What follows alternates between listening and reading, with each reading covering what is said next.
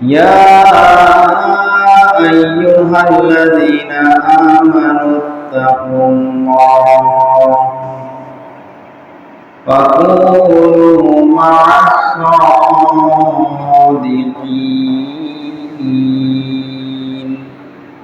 فقال رسول الله صلى الله عليه وسلم اغتنم خمسا قبل خمس شبابك قبل حرمك وصحتك قبل سقمك وغناءك قبل فقرك وفراغك قبل شغلك وحياتك قبل موتك.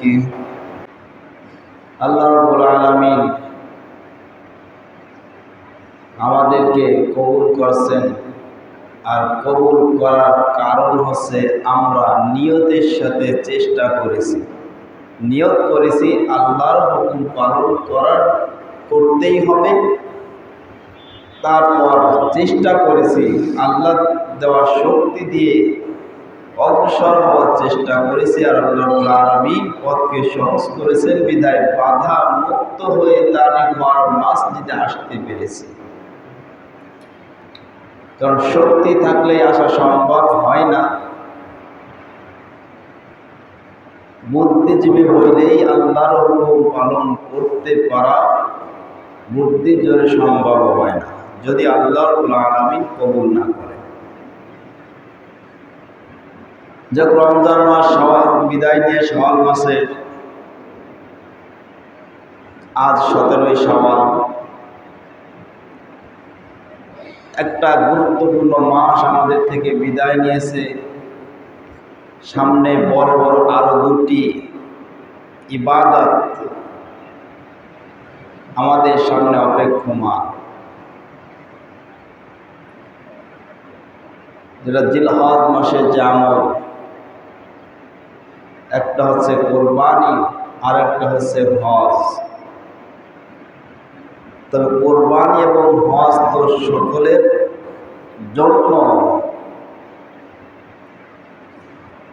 ফরজ নয়। যাদেরকে আল্লাহ রাব্বুল আলামিন তৌফিক দান করেছে, তৌফিক প্রাপ্তির জন্য সুবর্ণ সুযোগ, ইবাদত নেক আমলের সুযোগ আল্লাহ রাব্বুল আলামিন দিয়েছেন। সেই সুবর্ণ সুযোগ সামনে অপেক্ষমান। যাদেরকে আল্লাহ রাব্বুল আলামিন কুরবানি করার মতো সম্পদ দেন নাই, তাদেরকেও কুরবানির সওয়াব অর্জন করারও সুযোগ আল্লাহ রাব্বুল আলামিন করে দিয়েছে। যারা শুধু সম্পদশালীরা কুরবানি করে কুরবানির সওয়াব পেয়ে যাবে আর গরিবরা খালি আফসোস করবে তা নয়। গরিবদেরও বিনা অর্থে কুরবানির সওয়াব পাওয়ার পথকে আল্লাহ রাব্বুল আলামিন সহজ করে দিয়েছে। তাহলে আল্লাহ রাব্বুল আলামিন আমাদের যাদেরকে সম্পদ দিয়েছেন, সম্পদশালী করেছেন, সম্পদ দিয়েই তো সম্পদের হক আদায় করতে বলেছেন। সুস্থতা দিয়েছেন, সুস্থতার বরকতে আল্লাহর ঘর মসজিদে আসতে পেরেছি। শুকরিয়া আদায় করতে হবে সুস্থতার মধ্যে যে আল্লাহ রাব্বুল আলামিন আমাকে আপনাকে সুস্থ রেখে তার ঘর মসজিদে তার ইবাদত পালনের জন্য আসতে পেরেছি। শুকরিয়া আদায় করতে হবে। লাইন শাকারতুম লাযিদান্নাকুম, প্রত্যেকটা খেতে প্রতিটা পদক্ষেপে আল্লাহর শুকরিয়া আদায় করব। নিঃশ্বাস ভিতরে নিতেছি, এটার শুকরিয়া আদায় করতে হবে। আবার নিঃশ্বাসটা ত্যাগ করতেছি, ছেড়ে দিতেছি, এটারও শুকরিয়া আদায় করতে হবে আল্লাহর দরবারে। এই নিঃশ্বাস ছাড়ার যদি হুকুম আল্লাহর পক্ষ থেকে না হয়, তাহলে আমি আপনি চাইলেও নিঃশ্বাস ছাড়তেও পারবো না, নিঃশ্বাসটা বাতাসটা গ্রহণ করতেও পারবো না। তার প্রতিটা পদক্ষেপে আল্লাহর শুকরিয়া আদায় করা।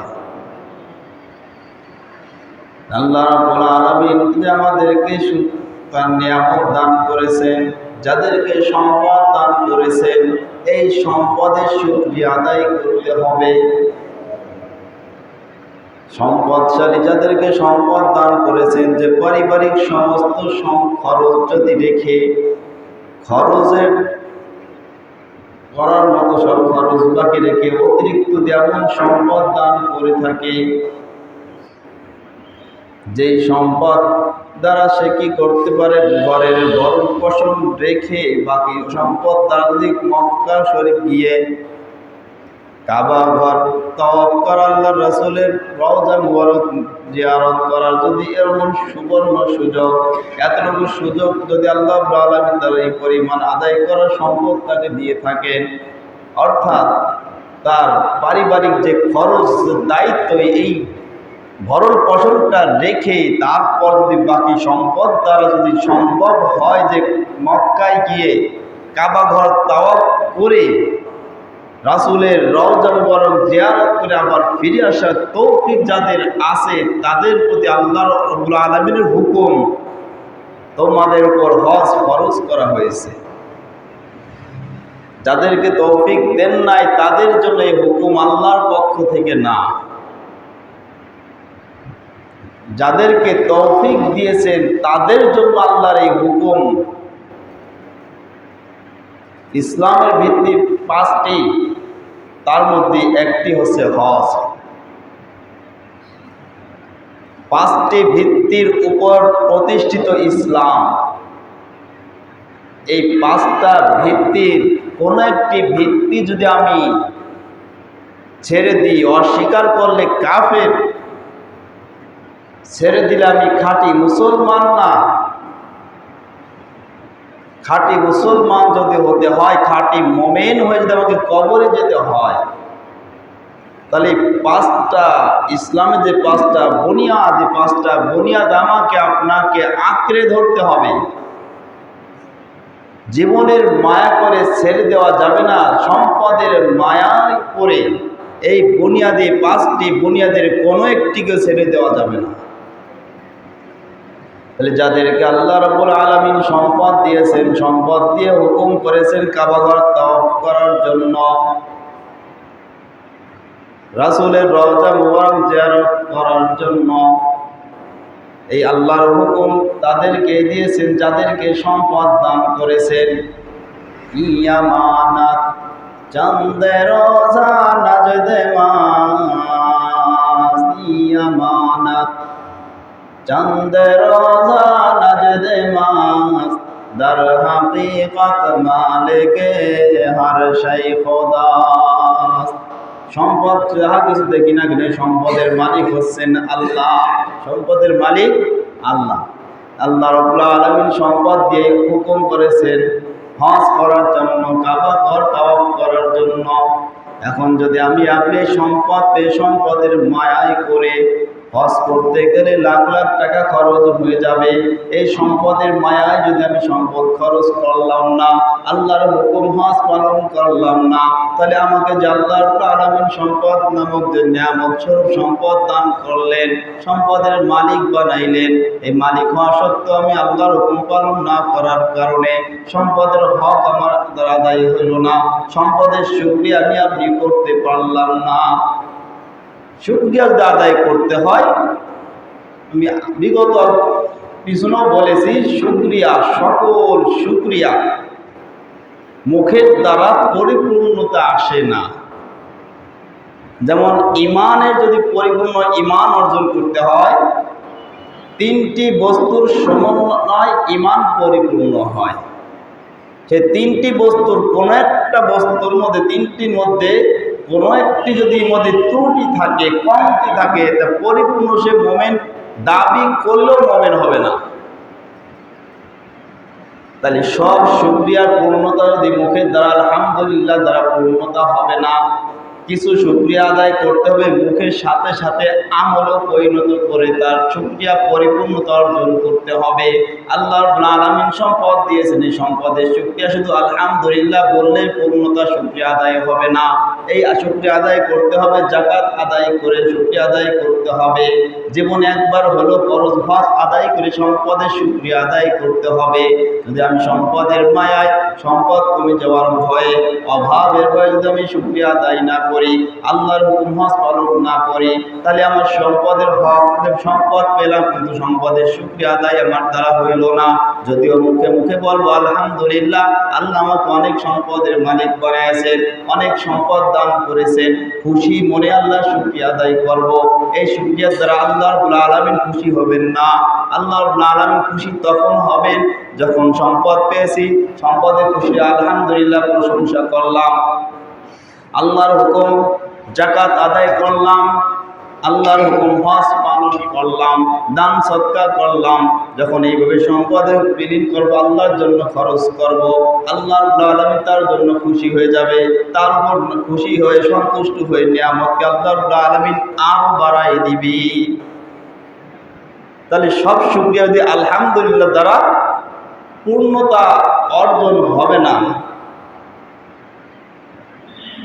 আল্লাহ রাব্বুল আলামিন যদি ইলম দান করেন, এই ইলমের শুকরিয়া আদায় করতে হবে মুখে আলহামদুলিল্লাহ সাথে সাথে আমলের দ্বারা।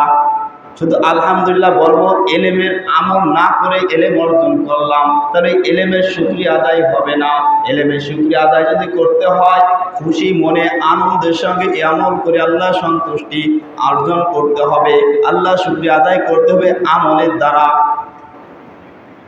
এইভাবে প্রত্যেকটা নিয়ামত, আল্লাহ চক্ষু দান করেছেন, এই চোখেরও শুকরিয়া আদায় করতে হবে। শুধু আলহামদুলিল্লাহ বললেই চোখের শুকরিয়া আদায় হবে না।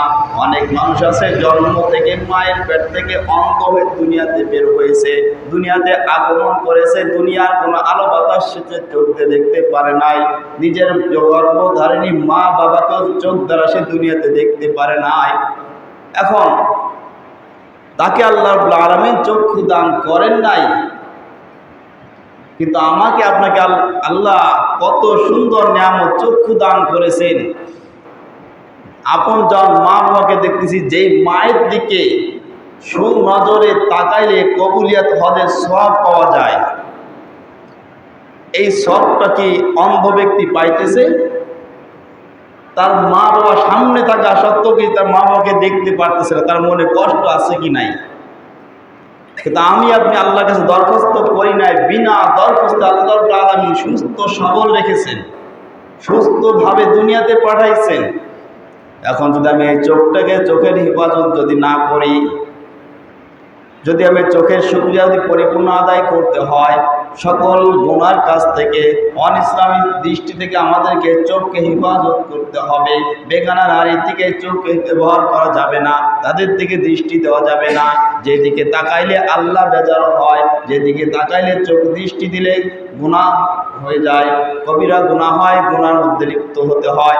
এমন দিকে চোখের থেকে, এমন কার্যকলাপ থেকে, এমন সব জিনিস থেকে চোখকে ফিরাই রাখা এবং আল্লাহ শুকরিয়া আদায় করা, আলহামদুলিল্লাহ বলে মুখে প্রকাশ করা।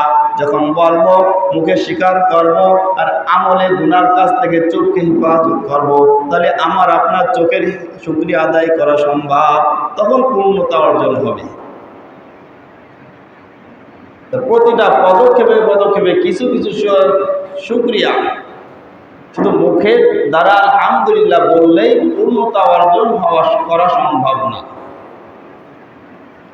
তাহলে আল্লাহ রাব্বুল আলামিন যাদেরকে তৌফিক দিয়েছেন, সম্পদ দান করেছেন, তাদেরকেই তো হজ করার জন্য হুকুম করেছেন। এখন তো হজ আদায় না করি সম্পদের, তাহলে শুকরিয়া আদায় হইল না। আর আল্লাহর হুকুম, আল্লাহর নিয়ামতেও যখন শুকরিয়া আদায় করবো না, আল্লাহ তো অসন্তুষ্ট হয়ে তার নিয়ামতকে সিনাই নেবেন। অনেকেই আছেন যে চিন্তা করেন, বিশেষ করে বাংলাদেশের, এই দেশের মানুষ যদি যুবক কালেও যে কোটি টাকার মালিকও হয়, তারপরও হজ করার চিন্তা করে না। কেন করে না? এখন শক্তি আছে, কাজ করতে পারি, পরিশ্রম করতে পারি, দৌড়াইতে পারি, এখন টাকাগুলা অর্জন করি, ব্যবসার ক্ষতি হবে, 1-1.5 মাস 2 মাস কাজ না থাকলে ক্ষতি হবে। তা যখন আমি দুর্বল হয়ে যাবো, বৃদ্ধ হয়ে যাবো, ছেলে মেয়ে বিবাহ দেওয়া হয়ে যাবে, ঘর বাড়ি সব কমপ্লিট হয়ে যাবে, তখন ওই বয়সে গিয়ে হজটা করে আসবো। এরপরে হজ করে সে আর ব্যবসার ধারে কাছে যাব না। ব্যবসা ছেলেরা দেখবে, কর্মচারীরা দেখবে, আমি তসবিহ হাতে নিয়ে মসজিদে বসে বসে সময় কাটাই দিব। এটা বিশেষ করে এই উপমহাদেশে বাংলাদেশে তার একটা দেশ, এই দেশে মানুষ বেশি বৃদ্ধ বয়সে বেশি হজ করে থাকে, যৌবনে খুব কমই করে থাকে।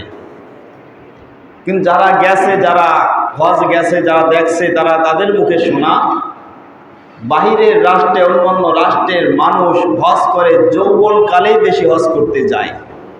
বৃদ্ধ বয়সে বাহিরের লোকগুলো খুব কম দেখা যায়, শুধু বাংলাদেশে এই সব দেশের মানুষই দেখা যায় বেশি যায় বৃদ্ধ বয়সে। তাহলে আমি আপনার বা আমাদের মনের চিন্তা হচ্ছে যে আগামীতে করব, কাজটা কমপ্লিট করে নেই, ঘরের কাজ কমপ্লিট করে ঘরটা আগে সাজাই নেই, ছেলে মেয়ে বিবাহ শাদী দিয়ে নেই, ঝামেলা মুক্ত হয়ে যায়। যখন আমি অকর্মা হয়ে যাব, কাজ করতে পারবো না, পরিশ্রম করতে পারবো না, তখন ওই বয়সে আল্লাহর হুকুম হজ পালন করে আসবো, এই চিন্তা করি। এখন আজ আমার শক্তি আছে, কাল আমার শক্তি থাকবে কি থাকবে না, গ্যারান্টি কে দিতে পারে?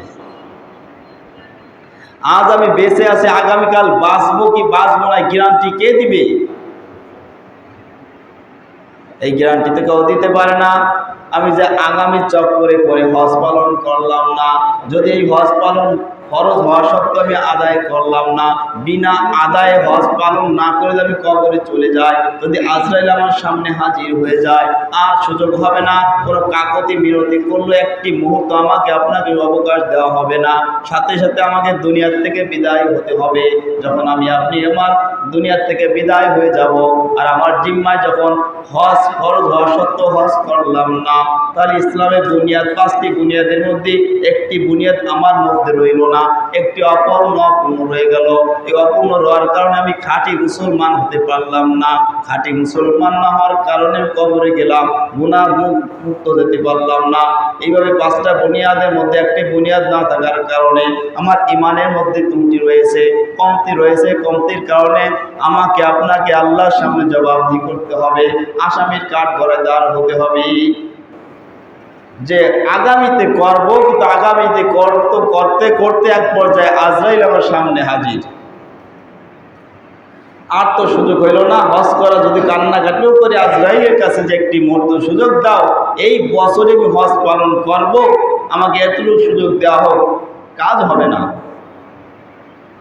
তাহলে আমাকে একটা ফরজ আমল না করার গুনাহ মাথায় নিয়ে কবরে যেতে হচ্ছে। আর যেই সম্পদের মায়ায় আমি হজ করলাম না, ওই সম্পদ তো আমি কবরও নিতে পারলাম না। 4 লাখ 5 লাখ 7 লাখ টাকা হজ করতে গেলে খরচ হবে, ওই সম্পদে মায়ায় পড়ে আমি হজ করলাম না, কিন্তু মরার পরে তো সম্পদও নিতে পারলাম না, না আমার কাজে লাগলো, না কবরে যে আমার কাজে লাগলো। দুনিয়া তো কাজে লাগলো না, ব্যাংকে থুয়ে দিলাম, ঘরে বস্তা বেঁধে রেখে দিলাম, দুনিয়া তো কাজে লাগাইলাম না, কষ্ট করে অল্প খেয়ে জমা করে রাখলাম, আর কবরে চলে গেলাম, দুনিয়াতে রেখে গেলাম, ওটার আমার থাকলো না, ওটা আমার পরবর্তী প্রজন্ম যারা রয়েছে, ছেলে মেয়ে নাতি নাতনি যারা আসছে, তারা আসতেছে, ওগুলাই ভোগ করতেছে, মালিক হইতেছে। তাহলে আমি রেখে গেলাম না খেয়ে, অল্প খেয়ে, কষ্ট করে জমা করে, আল্লাহর হুকুম অমান্য করে জমা করে রেখে গেলাম, আর কবরে গিয়ে তো আমাকে আপনাকে শাস্তির সম্মুখীন হতে হইতেছে। আল্লাহ রাসূল সাল্লাল্লাহু আলাইহি ওয়াসাল্লাম বলেন, দামা ইউরিবু ইলা মা লা ইউরিবু, দামা ইউরিবু ইলা মা লা ইউরিবু। যেটা নিশ্চিত ওটা ধরো, ওটা আঁকড়ে ধরো, যেটা অনিশ্চিত ওটাকে ছেড়ে দাও, ওটার পিছে দৌড়ায়ও না। তাহলে আমি আপনি আগামীকাল সামনে আরো এত সময় বাঁচবো, এই কয় মিনিট, এই কয় সেকেন্ড, এই কয় দিন, এত বছর আমি বাঁচবো, গ্যারান্টি কেউ দিতে পারে না। কিন্তু মরতে হবে, দুনিয়ার থেকে বিদায় হতে হবে, এই গ্যারান্টি সকলেই দেয়। শুধু মুসলমান নয়, সকল জাতি এক কথা বিশ্বাস করে দুনিয়ায় চিরস্থায়ী কেউ থাকতে পারে নাই, থাকতে পারবে না। তাহলে মৃত্যু হবেই হবে, এটা সকলে বিশ্বাস করে, কিন্তু কখন হবে এটা কেউ গ্যারান্টি দিতে পারে না। সুস্থ মানুষ, এখন সুস্থ আছি, এই মুহূর্তে হঠাৎ অসুস্থ হয়ে জায়গায় মুহূর্তের মধ্যে মৃত্যু হয়ে যেতে পারে। এই জন্য আল্লাহ রাসূল বলেছেন, দামা ইউরিবু ইলা মা লা ইউরিবু, যেটা সন্দেহ আছে সন্দেহটা তুমি ছেড়ে দাও, সন্দেহ মুক্ত জীবন যাপন করো। আজ তোমাকে আল্লাহ রাব্বুল আলামিন সম্পদ দিয়েছেন, সম্পদের হক আদায় করে হজ করতে চলে যাও। আগামী চক্করে পড়ে শয়তানের ধোকায় পড়ে বোকা হয়ে কবরে যেও না। যদি শয়তানের ধোকায় পড়ে বোকা হতে না চাও, সম্পদ দিয়েছেন, সুযোগ দিয়েছেন, সামর্থ্য দিয়েছেন, শক্তি দিয়েছেন, এই বয়সে তুমি কি করো? হক আদায় করো। আগামী চক্করে পড়ে তুমি ব্যর্থ হওয়ার মধ্যে থেকো না। আগামীতে করতে পারবো কি পারবো না এই গ্যারান্টি কেউ দিতে পারে না। করতেও পারি, না করতেও পারি। আগামীতে সম্পদ আছে, আমিও বেঁচে রয়েছি, কিন্তু এমন অসুস্থ হয়ে পড়েছি যে আর উঠতে পারি না, চলতে পারি না। দুজনের উপর ভর করে আমাকে আপনাকে জরুরতের জন্য বাথরুমে যেতে হয়। ওই বয়সে টাকাও আছে, বেঁচেও আছি, কি সম্ভব? ইচ্ছা হলো আর সম্ভব হইতেছে না। এই জন্য আল্লাহ রাসূল বলছেন, 5টা জিনিস আসার পূর্বে বিপরীত 5টা জিনিসের মূল্যায়ন করো। 5টা জিনিস আসার পূর্বে অন্য 5টি জিনিসের মূল্যায়ন করো। ইগতারিম খামসান ক্বাবলা খামস, শাবাবাকা ক্বাবলা হারামিক, বার্ধক্য আসার আগে যৌবনের মূল্যায়ন করো। আর যৌবনের তাড়নায় দুনিয়া উলট পালট করে দিতে ইচ্ছা হয়, যৌবনের তাড়নায় কাউকে দান দিতে মন চায় না, কাউকে তো ভয় নাই, কি আমার সামনে আসবে, কার এত শক্তি আছে আমার সামনে দাঁড় হতে পারে। তেমন একটা সময় আসবে, 7 বছরের বাচ্চা যখন ধাক্কা দিবে সোজা হয়ে দাঁড়ায় থাকার ক্ষমতা তার থাকবে না, ঠিক কিনা? কারণ যৌবনের শক্তি আর বার্ধক্যকাল যখন এসে যায়, বৃদ্ধকাল যখন এসে যায়, 4 পায়ে হাঁটতেও পারে না, লাঠি একটা 5 পায়ে তখন প্রয়োজন হয়, লাঠি একটা হাতে নিতে হয়। আল্লাহ দেওয়া 4 হাত পায় কি তখন আর পথ চলতে পারে না, তখন আরো একটা পায়ের প্রয়োজন হয়, একটা লাঠি নামক একটা পায়ের প্রয়োজন হয়। তখন যদি একটা ছোট্ট বাচ্চাও ধাক্কা মারে, তাহলে তার জন্য সোজা হয়ে দাঁড়ায় থাকাটাও কঠিন, তাকে মারা তো দূরের কথা। এজন্য বলছেন, ইগতারিম খামসান ক্বাবলা খামস, শাবাবাকা ক্বাবলা হারামিক, বার্ধক্য আসার আগে যৌবনের মূল্যায়ন করো। এই যৌবনকালের ইবাদত আল্লাহর কাছে সব থেকে বেশি প্রিয়। শিশুকাল, যৌবনকাল, বৃদ্ধকাল, এই 3টা কালের মধ্যে সব থেকে আল্লাহর কাছে গ্রহণযোগ্য এবং পছন্দনীয় কাল হচ্ছে যৌবনকাল। এই যৌবনকালের ইবাদত আল্লাহর কাছে বাকি 2 কালের থেকেও বেশি পছন্দনীয়। শাবাবাকা ক্বাবলা হারামিক ওয়া সিহাতা ক্বাবলা সুকুমিক, অসুস্থতা আসার পূর্বে সুস্থতার মূল্যায়ন করো। আজ সুস্থ আছি, আগামীতেও যে সুস্থ থাকবে গ্যারান্টি আছে? কোনো গ্যারান্টি নাই। আজ সুস্থ আছি, বাজারে হেঁটে যাইতেছি, আগামীকাল থেকে পর মুহূর্ত থেকে এমন হইতে পারে যে আমি আর মৃত্যুর আগ পর্যন্ত আর স্বাভাবিক অবস্থা সুস্থ হতে নাও পারি। তাহলে এখন সুস্থ আছি, সুস্থর মূল্যায়ন করতে হবে। সুস্থ আল্লাহ রেখেছেন, সম্পদ দিয়েছেন, এই সুস্থ থাকা অবস্থায় সম্পদের হক আদায় করে হজ করতে হবে। সুস্থ আছি, সুস্থ থেকে আমাকে আপনাকে জামাতের সহিত নামাজ আদায় করতে হবে। কারণ অসুস্থ হয়ে গেলে সে চাইলেও ঘর থেকে মসজিদে আসতে পারবে না। দুর্বল যখন হয়ে যাবে তখন চাইলেও সে হজ করতে চাইলেও কি টাকা থাকলেও করতে পারবে না। তাহলে আজ আমি সুস্থ আছি, সুস্থতার মূল্যায়ন করতে হবে, সুস্থতার শুকরিয়া আদায় করতে হবে নেক আমলের দ্বারা। কারণ যখন অসুস্থতা এসে যাবে তখন আমলের মতো ঘাটতি এসে যাবে। শাবাবাকা ক্বাবলা হারামিক ওয়া সিহাতা ক্বাবলা সুকুমিক ওয়া গিনাকা ক্বাবলা ফাকরিক। অভাব আসার আগে সচ্ছলতার মূল্যায়ন করো। আজ আল্লাহ রাব্বুল আলামিন সম্পদশালী করেছেন, আগামীতে তো ফকিরও বানাই দিতে পারেন। সকালবেলা ধনী রে তুই ফকির সন্ধ্যাবেলা। সকালবেলা কোটিপতি, বিকালবেলা ফকির হতে সময় লাগবে না যদি আল্লাহ করে দেয়, ঠিক কিনা? সকালবেলা কোটিপতি, বিকালবেলা ফকির। সকালবেলা বাদশাহ, বিকেলবেলা কি আসামি। সময় লাগে, আল্লাহর খেলার কোনো সময় নাই। মুহূর্তের মধ্যে আল্লাহ মাথার তাজ বানাই দিবে, মানুষের মাথার তাজ বানাই দিবে, আবার মুহূর্তের মধ্যে স্যান্ডেলের তলে পিষে তাকে মারবে। এই জন্য মূল্যায়ন করতে হবে। অসুস্থতার আসার আগে আমাকে সুস্থতার মূল্যায়ন করতে হবে। সম্পদ আছে, আজ আমি সম্পদশালী, এই সম্পদ আজ আছে কালকে নাও থাকতে পারে। আজ যদি সম্পদশালী, সম্পদের মালিক অবস্থা আল্লাহ আমাকে মালিক বানিয়েছেন, তাহলে এই সম্পদের হক আমাকে আজই করতে হবে, কালকের উপর ভরসায় থাকা যাবে না। আগামীর ভরসায় থাকা যাবে না। আগামীতে যদি আমি সম্পদ শূন্য হয়ে যায়, ধনী থেকে গরিব হয়ে যায়, তা আমি যখন গরিব ধনী যখন ছিলাম তখন আল্লাহর হুকুম ফার্স্ট পালন করি নাই, আগামীতে করব, কিন্তু আগামীতে কোনো এক বিপদ এসে আমার সব সম্পদ ছিনাই নিয়েছেন, ধনী থেকে গরিব হয়ে গেছি। তাহলে এখন তো চাইলেও আর মক্কায় যে হজ আদায় করা সম্ভব না, কিন্তু তার উপর কিন্তু ফরজ হুকুম হজ তার উপর জিম্মাদারি রয়ে গেল। যখন সুযোগ ছিল আদায় করে না, এখন ফকির হয়ে গেছে, চাইলেও করতে পারবে না, কিন্তু গুনাহ থেকে সে আর মুক্ত হইল না।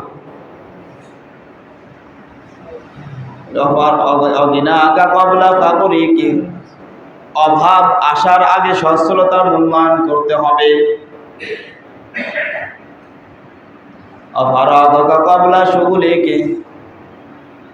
অবসর ব্যস্ততা আসার আগে অবসরে মূল্যায়ন করতে হবে। ব্যস্ততা আসার আগে অবসর সময়ের মূল্যায়ন করতে হবে। মানুষ দুনিয়াতে যত দিন আসে ততই মানুষের ব্যস্ততা বাড়তে থাকে। বৃদ্ধ বয়সে ব্যস্ততা আরো বাড়ে। ছোটবেলাতে সব থেকে শিশুবেলা, তখন থাকে ব্যস্ততা মুক্ত।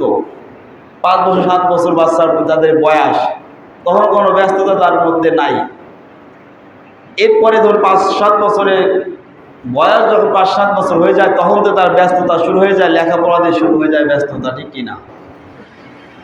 এরপরে primary, high school, college, varsity, বিশ্ববিদ্যালয়, বিভিন্ন পড়া শেষ করতে করতে এই পর্যায়ে কর্মজীবন। কর্মজীবনে যে বিবাহ শাদী, সংসারী, ছেলে মেয়ে, নানান ব্যবসা ব্যস্ততা। এরপরে ছেলে মেয়ে বিবাহ দেওয়া হয়ে গেছে, ঘর বাড়ি অট্টালিকা সব সমাধান হয়ে গেছে, এরপরে ব্যস্ততা কমে না, আরো বাড়তে থাকে। আর দুনিয়ার নিয়ম এটাই, ব্যস্ততা দিন দিন বাড়বে, কমবে না।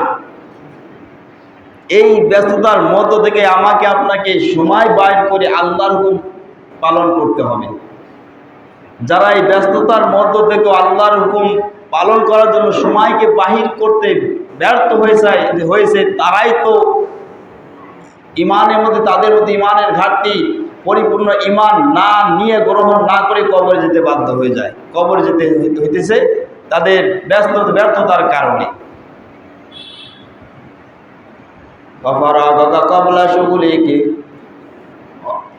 ব্যস্ততা আসার পূর্বে আমাকে অবসর সময়ের মূল্যায়ন করতে হবে। আজ আমার সময় হাতে অহরহ অনেক সময় রয়েছে। আল্লাহর হুকুম 5 ওয়াক্ত নামাজ পড়েও নফল ইবাদত করার সুযোগ রয়েছে।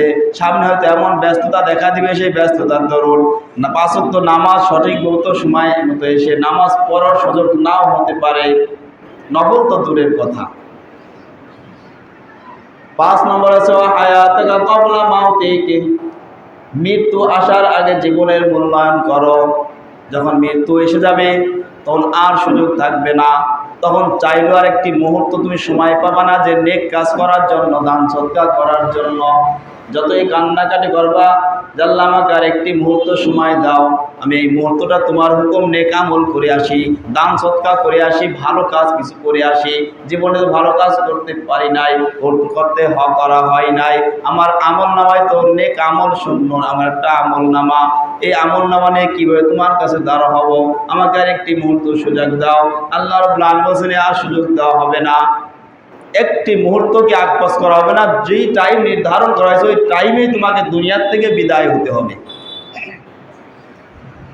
কারণ মৃত্যু যখন সময় হয়ে যাবে, আর যতই কান্নাকাটি করি না কোনো সুযোগ আর দেওয়া হবে না। এই জন্য বলছে আল্লাহ রাসূল যে ও হায়াতা কবলা মাউতিক, আজ তুমি বেঁচে আছো, জীবিত আছো, মৃত্যুর আগে জীবনে মূল্যায়ন করো। কিভাবে মূল্যায়ন করবা? নেক আমল দ্বারা জীবনকে, নিজেকে সাজাইবা, পরিবারকে সাজাইবা, নিজের কবরে সামান তৈয়ার করে জীবনের মূল্যায়ন করবা। যদি কবরে সামান তৈয়ার যদি না করে যায়, আর তৈরি করার সুযোগ নাই, যে জীবনটা যতক্ষণ আছে দেহের মধ্যে ততক্ষণ কবরে সামান